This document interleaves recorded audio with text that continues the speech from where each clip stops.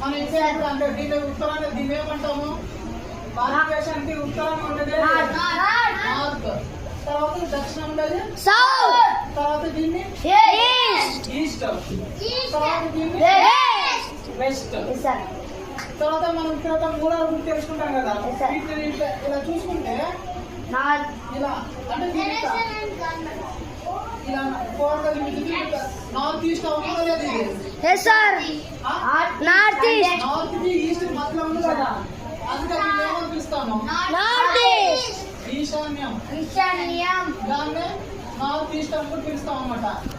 తర్వాత ఇది సౌత్ కి ఈస్ట్ కి, తర్వాత దీన్ని ఏమో పిలుస్తాము? సార్ సౌత్ ఆగ్నేయం, దీన్ని సౌత్ ఈస్ట్ అనమాట. దీన్ని తెలుగు ఏమంటారు? ఆగ్నేయం అన్నమాట. తర్వాత దీన్ని వచ్చేసి కదా సౌత్ కి వెస్ట్ కి ఉంటుంది. సార్ సౌత్ వెస్ట్, నైరుతి. నైరుతి అన్నమాట. అంటే ఇప్పుడు చూడి ఆ డైరెక్షన్ మనం ఇంకా అప్లై చేసినామా లేదా? మన భారతదేశానికి ఈశాన్యం ఉన్నటువంటి రాష్ట్రాలు ఏమని పిలుస్తాము? భారతదేశానికి ఈశాన్య దిక్కులు ఉన్నాయి కాబట్టి ఈ 7 స్టేట్స్ ఉన్నాయి కదా. భారతదేశానికి నార్త్ ఈస్ట్ ఉన్నాయి కాబట్టి నార్త్ ఈస్ట్ స్టేట్స్ అని పిలుస్తామంటాం. వీటిని ఈశాన్య రాష్ట్రాలు అని పిలుస్తాము. అందులో ఇదొకటి వచ్చేసి ఇందులో సిక్కిం వచ్చి 7+1 అంటారు. వీటిని 7 సిస్టర్స్ అని పిలుస్తారు. 7 సిస్టర్స్ ఏమంటే ఈ 7 రాష్ట్ర మణిపూర్ అనమాట.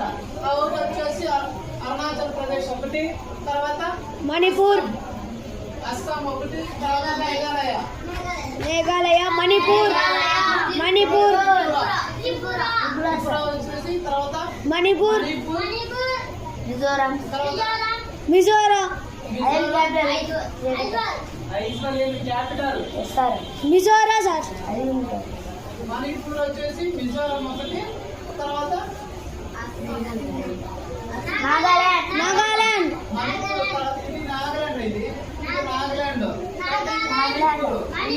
మిజోరం.